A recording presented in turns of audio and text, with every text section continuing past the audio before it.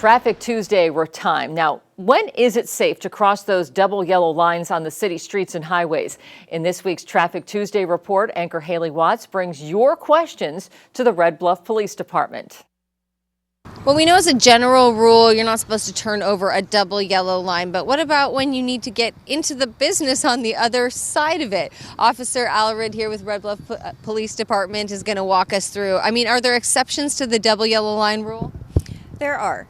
So it can be a little confusing. So the time when you can't cross at all is when there's two sets of double yellow lines spaced more than 2 feet apart. Okay. So for example, down Main Street, turning into the bank down there, there's two sets of solid double yellow lines spaced more than 2 feet apart. A lot of people going north on Main will stop and hold up traffic because they're trying to turn into that bank there, but you actually can't cross that portion of road at all.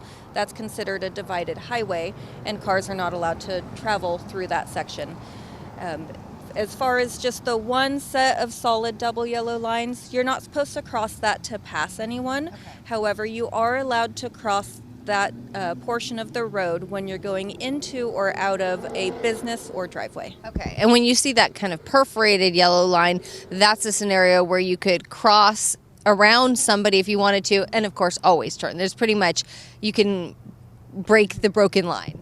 Yes, correct. If it's a broken line or one of those lines where it's solid on one side and then dashed on the other, when it's dashed on your side, that means you're allowed to pass another vehicle. Those are typically reserved for highways, and they'll typically try to make it so that way only one side is allowed to pass at a time to try to help avoid crashes. Okay, and if you're somewhere, maybe it's a more residential sort of area and there's no line down the middle, is it okay to do full-on U-turns and that sort of thing?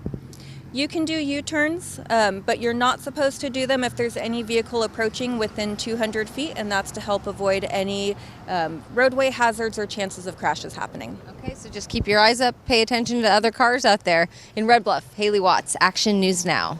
In California, it's also legal to cross a double yellow line to pass a pedestrian, cyclist, farm equipment, or to make a left turn into a driveway or private road.